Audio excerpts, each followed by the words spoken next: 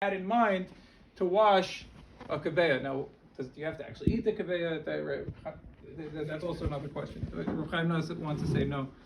Okay, now let's go to the Rebbe, what the Rebbe spoke about on Achron Shel Pesach on that year on Tashin Yates. The Rebbe says like this. First of all, the Rebbe makes an interesting note that Kadesh Urchatz. Urchatz means you must wash. Rachza means you can wash. Why you must wash versus you can wash? Rachza before matzah, because the Alter Rebbe brings a hatzah in Taf Ayin Hey that if you wash for a davar shetibul b'mashke and you had in mind not to be Masech Das all the way till Mighty Matzah, you could technically get out of it. And you wouldn't have to wash your hands by Mighty Matzah. So therefore, it's only Rishus. The Alter Rebbe says that he doesn't like that people playing those kind of games and don't do it. But since it ostensibly can be done, so it's called Rachza Milosh and Rishus. Okay. Then the Rebbe says, now, somebody gets stuck into this situation, there are two approaches. The first approach he brings is the Kaf HaChaim. He says, B'Samech on the Rambam, you washed, you have a Chiyuv, according to most of the Rishonim, and that Chiyuv carries with it a Chiyuv Bracha, according to most of the Rishonim. So good, move on with your day and live a happy life. The next Hatzah says the Rebbe, no, because we see that the Alter Rebbe is very careful with respect to Brachas Levatalos. The Rebbe brings a few examples, just some of the more popular ones that we know. One of them is by Tefillin Shorosh, right? Even though in the Siddur, and a lot of people, most of Klal Yisrael, I think, says a second bracha on Tefillin Shorosh. But the Alter Rebbe says not to say it unless you were mafsik in between, because he's extra concerned about a bracha levatala. Another example is if you wear a ksus yoim bein hashmashas. What's the sugya of a ksus yoim bein hashmashas? Not to go too far off over here. Because some people say that ksus yoim, even if you wear it at night, you need to make a bracha. So that's suffix number one that leads you towards making a bracha. Yeah. Suffix number two that leads you towards making the bracha is that even if you say ksus yoim is not mechaver bracha at night, but maybe ben hashmashas is the daytime. So according to the rules of Sveka, you should make a bracha. You should make a bracha if you were ksus yoim Balayla, but the Alter Rebbe says not to. Again, I think in the Shulchan Aruch, the Alter Rebbe is leaning towards yes making it. He says ad seisa kechavim, but then in the Siddur he changes gears. So the Alter Rebbe is very strict about bracha levatala. So how do we get out over here of a bracha levatala? So says the Alter Rebbe, here's how you get out of it. Says the Rebbe, here's how you get out of it. Eat matzah. You eat matzah right now, and then you're good. Right? This is what everyone knows. You eat matzah. And then you eat matzah, your washing turned into netilas yadayim l'suda. Nobody disputes that you need to wash with a bracha for matzah. So then you're all good, and you didn't make a bracha levatala. Okay. Now what do you do after you ate the matzah? What comes next? So here's the Rebbe's Havamina. The Rebbe's Havamina, which he says is mitzad asfara, the way things should go. It should be like this. What should you do next? We know that the alachilas matzah you're supposed to have in mind that the bracha of alachilas matzah goes on kairech. Now you can't eat kairech, which has maror in it, until you eat maror, because otherwise you're going to be eating the maror that's not the maror shel mitzvah according to the chachamim before the maror which is a chiyuv. So what do? You eat your maror, then you eat maror, then you eat kairech, then you eat your kairech, then you go back to where you should have been in the first place. You eat karpas, you say the Haggadah, and what comes next? Second cup of wine, and you go straight to Shulchan Aruch because you already did the mitzvahs of the night. What are two problems with this approach? If you were to do them, what are you losing out? You're losing out, first of all, Tamias Atinaikas, because the whole reason of karpas is Kadesh Yeshlu Atinaikas, that the children should ask questions. Now over here, children ask questions if you eat karpas at the beginning of the meal. If you eat karpas in the middle of the meal, the kids are already playing Nintendo in the next room. They're not so such a wunder that you're dipping Salzwasser in the thing. That's A. Second of all, Bavur Zeh, B'shas yesh matzah maror munachim lefanecha. You're supposed to have the matzah and the maror on. You're supposed to have the matzah and the maror on the table in front of you when you say the Haggadah. If you already ate up everything, you're holding an empty plate and you're saying Bavur Zeh Hashem li b'seis mitzrayim. What's going on? So says the Rebbe, okay. First of all, Yidnu Atinaik is okay. So you have to you make a big scene, you make a big announcement. Hey everybody, we're dipping Tzivula and Salzwasser. The kids will there, and they're going to notice that you dipped more than once instead of Pam Echas. You're feeling Shtei Pamim, and they'll have questions, and that's what you got to do. The second thing is that the inyan of Bavur Zeh Be'ikr The inyan bavurza be'ikr is when, right? When you say it is in the zman that you're supposed to say Haggadah in the zman of the chiyuv of matzah and maror. So even if matzah and maror are not necessarily munachim lefanecha, they're not right in front of you, nevertheless, you said Haggadah at a time that there was a chiyuv to... Well, I can't just keep the matzah on the table. What's the problem? But it's no longer a matzah mitzvah and a marshal mitzvah. Here, you could say that. So The Rebbe brings in Haggadah Shita that Shaila, if you don't have matzah and maror, you're chuyev in Haggadah because it's... Right, and we pass me that you are. Yes, that's part of this. That's part of this proof that you're going to see. We're going to get to that in a second. That's a very good point. Right. In the end, if you don't have matzah and maror, you still say the Haggadah. Bavur b'sheish matzah and maror munal levanecha. Doesn't matter. It's a zman of the chiyuv of matzah and maror. So okay, now the Rebbe is going to the Rebbe introduces from another discussion and changes gears in why he doesn't like that approach. In other words, of going straight to maror after you had this matzah. Why? Here's a question that the Alter Rebbe brings in Taf Pei Gimel. Like this. The Torah starts like this. What if a guy has no wine, and so he has to be mekadesh al pas on Seder night? So he has to say kiddush on matzah. What does he do? So here's what the Rif says that you should do. This is the Torah talking over here. The Rif says you make kiddush on matzah. You start to say with kiddush like a good Jew. What comes next? Karpas, right? So you have to wash before kiddush. You wash before kiddush. You make kiddush. You eat the matzah. You're kind of the mitzvah of matzah. You say al chil's matzah, and then you do the next thing in the seder. You do karpas, and then you say the Haggadah, and then maror, and then kairich. Then the Baal Iter says like this. The Baal Iter says one thing that the Rebbe doesn't bring in the Sikha, but then he says the Baal Iter brings a second approach. He says Lula de Mistafina, but this seems to be the approach that the Baal Iter is running with. He says like this: the first thing you should do is karpas. It's less than a kazayas. It's before kiddush. Okay. The first thing you should do is karpas. Why? Kadesh Yishla Tinaikas. We start the day. The very first thing we do is karpas. Then. Now you don't have a problem of eating without kiddush anymore. Say the Haggadah. You say the Haggadah because you want the Haggadah to be before sheish matzah mar munachim lefanecha. Then you make your kiddush on matzah because you're up to mighty matzah and you can make kiddush, and then you do everything you say there. You do maror, kairich, shulchan aruch, and mazel tov.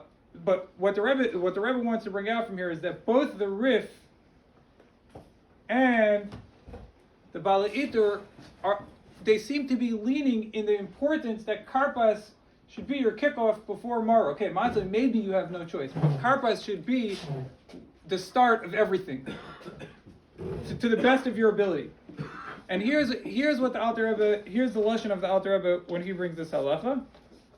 I'm skipping a little piece of it because this is the way that it's brought out in the sichel. Misha ein la yain yikadosh al pas kedem amir sagad. He should be mekadesh on pas, and that should be the very first thing. The Alter Rebbe paskins like the Rif. After he eats v'achashechel matzah, yikach yirakes v'yechlin b'tibul. He should take vegetables and be metal them. Then he should do karpas right away. And then he says manashtana and Haggadah, and then he does maror, and then he does kairich. So you see again that first came karpas, then the Haggadah, and maror stays in its regular place. It stays in its regular place. And says Alter Rebbe, why don't you eat the maror right after the matzah before the Haggadah? He says, because really the truth is, even though you're not supposed to be mafsik between matzah and maror, you're not supposed to eat matzah and maror before the Haggadah, because you have to be do bavur zeh. Optimally, the way you're supposed to do it is bavur zeh. When if you have matzah and maror in your house, you're supposed to do the Haggadah when the matzah and maror are in front of you. But matzah, you have pashut no choice, because you can't eat the karpas without kiddush. And you must start with karpas, and the only way you can eat karpas is if you preceded it with kiddush on matzah. So you push it have no choice. So the matzah you made earlier, but then everything else should stay the same. So we see from what the Alter Rebbe is saying is that the importance of the Seder HaHaggadah, the importance of the Haggadah being said before matzah u'maror, trumps it trumps this concern that we have that we want that matzah, maror, and kerech should all be attached to each other. So now back to, let's carry that over to our story. This guy, he made a bracha by accident by orchat, and we told him what should he do now. He should eat matzah right away. So since he ate matzah right away, so we had a havamina to say he should go straight into tomorrow so he could eat kerech. That's not what the Alter Rebbe said. The Alter Rebbe said that it's more important to go right into karpas, and then go into the agada. While at least the maror is menachem lefnecha matzah, it's too late because you already ate it, and then do karech, and then finish your seder like usual. And that's more or less how the Rebbe ends off. The Rebbe says, you see some Musar Haskels from here that the Rebbe wants to bring out. First of all, he says one Musar Haskel is that just because something seems right, it feels good and yummy from your Esfaris and the Rishonim, that doesn't mean that it's right. You have to really know what you're talking about in Shulchan Aruch if you want to paskin what to do practically, because there's like we said at the beginning, it's a lot of moving targets, and you got to know what you're talking about. The next thing that the Rebbe says is that you see the chavivus of a minhag. Everyone here is bending over backwards. Why? To make sure that after matzah, what goes next? Like Shlomi was saying with respect to on the night of Yom Tov about karpas. The yishul atinoikis is such a crucial part. First of all, it's a minhag Yisrael, and second of all, the Rebbe says b'nereinu nelich. The kids are the whole part of the seder. We can't tinker with a minhag that's gonna tinker with what the kids are doing. Now, okay, so that's more or less at the end of the sugya. The Musar Haskell, another Musar Haskell, is how careful the Rebbe's approach always and the Alter Rebbe's approach are in sync about brachas levatalas, like mamish to the extreme. Another interesting point is there's a Mishnah Achrayna, Shabbos Mevarchim Ir Tavshin Yates. Rav Ashkenazi from Far Chabad says he was only 15 when he was there, but his recollection is that Shabbos the Rebbe got up and said to do the way the Kaf Chaim says. He says more important not to change the seder, and just to go on with karpas and do everything normally. The Hanacha, Rav Ashkenazi said this, and some other people attest to this. Rav Leibel Gruner attested to this. If you go into Sichas Kodesh or Teres Menachem, those parts unfortunately are missing from the Hanacha. And according to the guy who runs ShulchanAruchHarav.com, I don't know who it is, Goldstein, Goldstein, Yaakov Goldstein. He says that he asked for Biel or somebody asked for Biel, and he says like he doesn't remember this discussion at all. So that's just the interesting thing to throw out there. Two more other interesting points. First of all, if you remember, we said before that if you wash your hands for a davar shetibul b'mashke, the Alter Rebbe says in Shulchan Aruch that if you want to eat bread, you have to wash again. So how does the people want to ask? Ber Levin says this is like a kusha, tuma, it's a mitzvah to answer this question. That how could the Rebbe have told this guy to eat matzah afterwards? L'chayda, the Alter Rebbe says clearly that if you wash for a tibul b'mashke and you were nimlech to eat, to eat bread, that you have to wash again. So, like, to me, it doesn't seem like mamish the strongest question in the world. First of all, I saw David Feldman writes in Aris Abirim of Alitera that the Pashas guy made a bracha, so he thought he was eating bread. So he was the whole thing is in sync. He thought he was eating bread. You told him to eat bread and good. But I'm thinking, l'chayda, it's even more simple than that. The Alter Rebbe says the reason why if you wash time number 1, it doesn't work for time number 2, is because if you hold like the Merami Rottenberg, then washing your hands for a davar shetibul b'mashke is mishum nikiyas ba'alma. So over here, it's really mimanavshach. This guy made a bracha. What was he thinking in his head? Either he was thinking in his head that he was about to eat bread, like Feldman wants to say, or he was thinking that this washing that I'm about to do is a chiyuv. I have to wash mishum sarach truma. That's why he made a bracha. Or, okay, but Pashas, maybe he's not thinking that much altogether. But in his fleeting thought, right? What world was he in? He was in a world that he was washing for a chiyuv. He was shomer yadayim mishum sarach truma. If he was shomer yadayim mishum sarach truma, he's not like that guy that the Alter Rebbe is talking about in Kuf Nun Ches Siman Yud Gimel. That guy Taka washes hands only for a tevul b'mashke, and he lives in the world where there's two possibilities. There's the Rambam and there's the Merami Rottenberg. But this guy made a bracha, so he already told us what zone he's in, and so his mind was that he was washing till his dime, and he was being careful with his hands. The next question that people want to ask is, with Yankov Katz, he was hungry, so when he watched, he made a bracha thinking about the bread. Yankov Katz just did this whole thing to bring out Lahagdol Torah Ladira. The next thing is, like, how do you save a bracha levatala? You made a bracha for one thing, and then you're going to go backwards and retroactively change the bracha. Like, does that work? So the only thing I would throw out there is that lechaira, that's not in this sugya. That's not the Rebbe's chiddush. Already, if you're going to do like that shita that the Kaf HaChaim brings down, that you should wait until later and be shemer yadav and let this Natil Sidayim hold until Maitzi Matzah. So he also names on this thing that you could save the bracha levatala by doing it for a dvar chiyuv.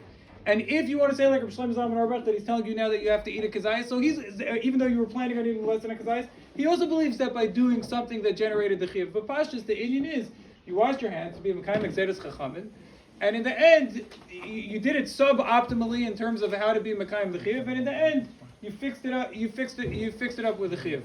All right.